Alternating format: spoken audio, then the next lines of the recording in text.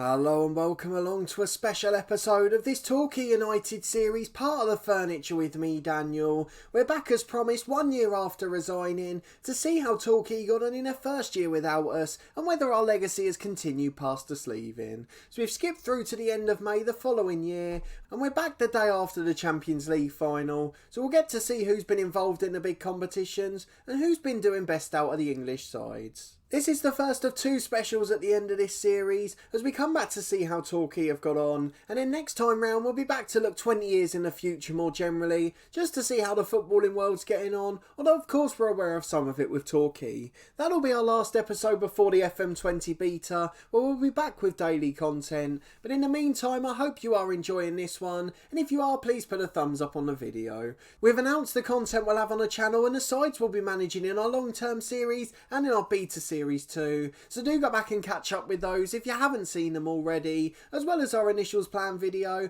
which included a vote for you to shape some of our content. So I hope you're looking forward to all that as much as I am, but first let's go and crack on and see how Torquay got on. That's the main point of this episode. We want to have a look at transfers, finances, of course competitions as well, just to see how they've been getting on without us and how they've managed to do in their first season post our tenure.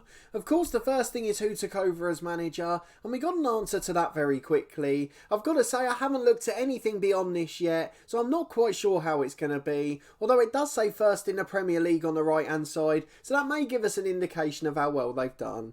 Of course that could be at the time, which was the 3rd of June last year, so there's a little bit of uncertainty there, but most importantly they employed Marcelo Gallardo, the Arsenal manager when we finished the series, and they paid £20 million in compensation, and if I remember rightly the Arsenal boss was under a little bit of pressure, so they may well have got him for free if they'd waited a bit longer. A few former players, the likes of Ryan Gary joining him, and Stuart Jelling, Ben Huddle and Kenny Griffiths all left the club, and when we resigned there was a mass exodus as well, just as described in the media, 9 or 10 coaches moving on from the club, Gary Neville and Jonas Jörsel amongst them. So plenty of names going out, but let's go and skip through to the end of this year, and we'll go and have a look at Torquay more generally, to see how they've been getting on without us. Okay, we're back on the Torquay United squad and I can see a couple of new names, but more importantly they're first in the Premier League, so let's go and confirm that they won the title. They did by 6 points on 85 in the end, not quite as convincing as the year before, but something's just drawn my eye there, ignore all that. Marco Gracia, 17 goals, joined second top scorer in the league. The manager's done something I wasn't able to, they made Gracia succeed on a day-to-day basis.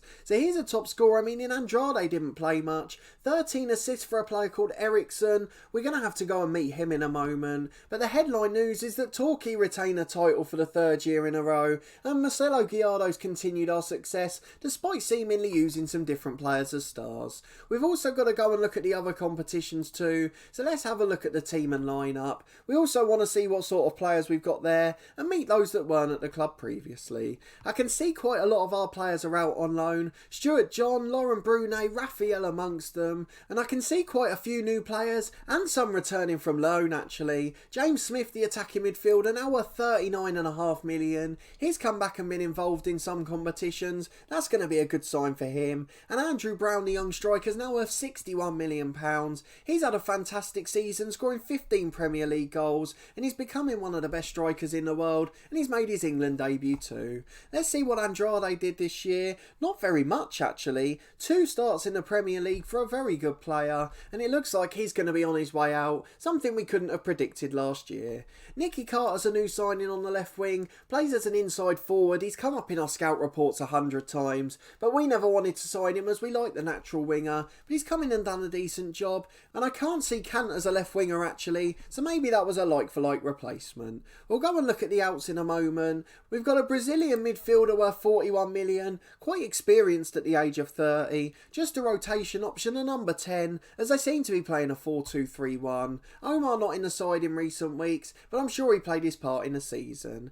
Priestley, the young winger that we pre-agreed a transfer for, he's gone out on loan, as is Jakupi the Kosovan. He's another player we'd agreed to sign after we left. Garincha isn't a player I recognise. A holding midfielder came in and is worth £22.5 million, and he's joined Torquay, gone back out on loan. He's now playing his time in Russia. He's a wonder kid, so he must be a decent pro, and there's one more sign in there as as well. Roman Ivanov, who's been playing left back. Luka Wagner's injured, so that's probably the reason for that. A player who can play across the back four, most naturally a centre half though. A very decent player, a wonder kid at centre back, and joins three brilliant players. Mon Iversen looked like he's left the club. Of course, the one I missed was Frederic Erickson, one of the top assist makers in the Premier League, a centre-half and central midfielder. He is world class, what a player. 275 grand a week, played for both Everton and Arsenal beforehand, and we would never pay that amount in wages, but he does look like a fantastic pro. They're signing more experienced players who are doing a better job,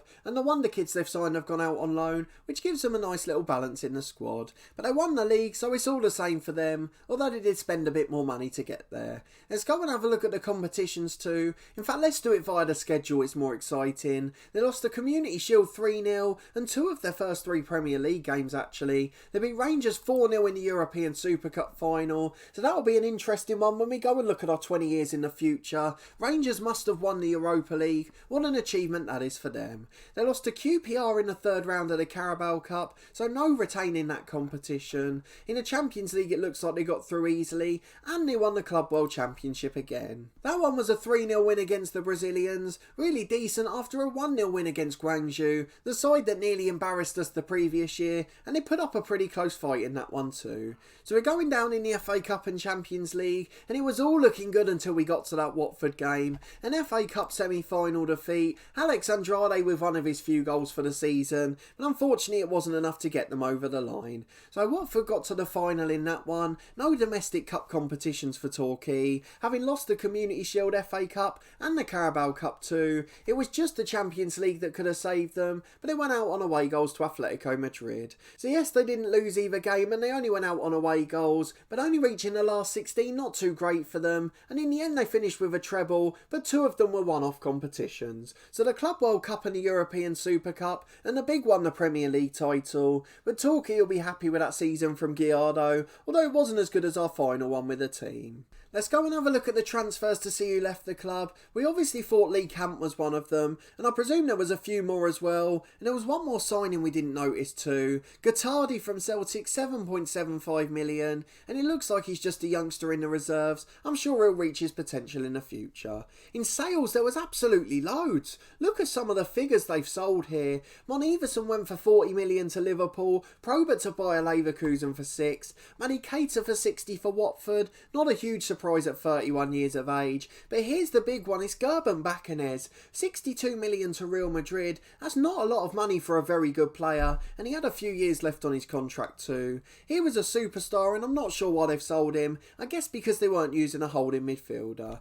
Then Ruiz Diaz, the youngster we signed, we got him for a couple of £100,000 back in the day, and although he never made it at our club, the club managed to get 66 million for him, so that turned out to be a good signing too. Bruno Moraes went for 47 million, and Lee Camp the last one for 53, bringing in nearly 300 million for Torquay United. That shows the value of the players we signed. We built a legacy at this club, and they've managed to fulfil it financially now, making a profit of 115 million in the window. They've still managed to win the league, so they'll be happy, but I don't think the squad's quite as strong as when we left. It's proven by the fact they've lost a few more competitions. Last year we competed for absolutely everything and managed to win it by the Community Shield, whereas this year they had to settle for just the league and 2 cups. Still no complaints though, Gallardo will be happy. They've got a fairly decent team too, and we want to go and have a look at the finances of the club just to see how they've been getting on. They're labelled as rich, and of course they would be. They made a profit of 120 million, so you couldn't really expect anything else at this stage. They really are a top level world class team. The final thing I want to do is go and look at the star youngster that was in the youth intake last year, just to see how he's improved, and we can also look to see if there's any more young superstars. Obviously building that youth academy is one of our greatest achievements there.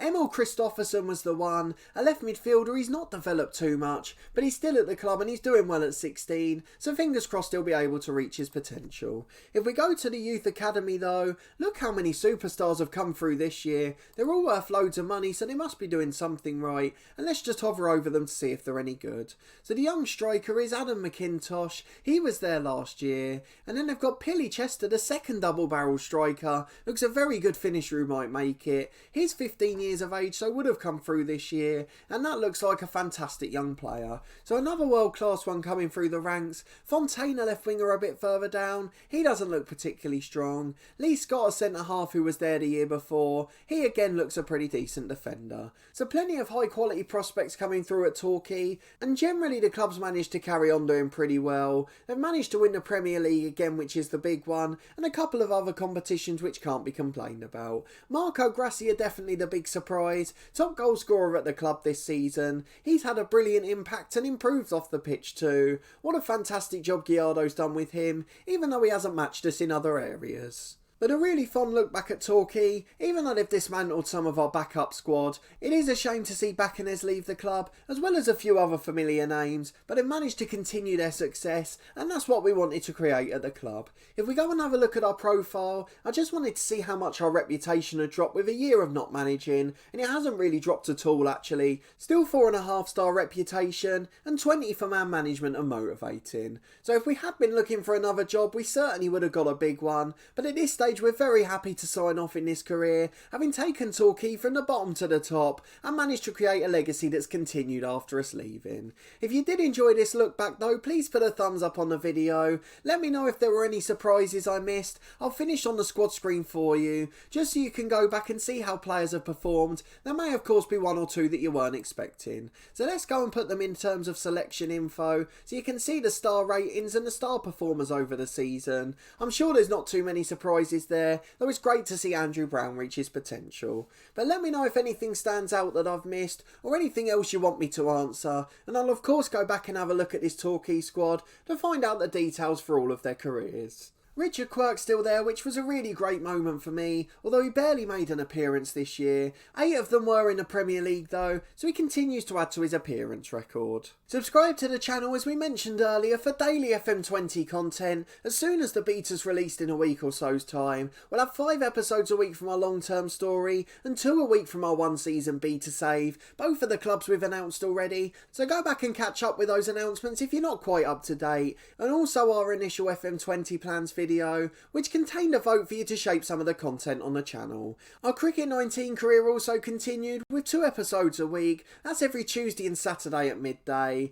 And then our Snooker 19 career finished last week too, so make sure you go back and catch up with the finale. But we'll be back next week for our 20 years in the future episode, and then hopefully just after that we'll be kicking off the action with FM20. A massive thanks for watching this one as always, and I hope to see you next time.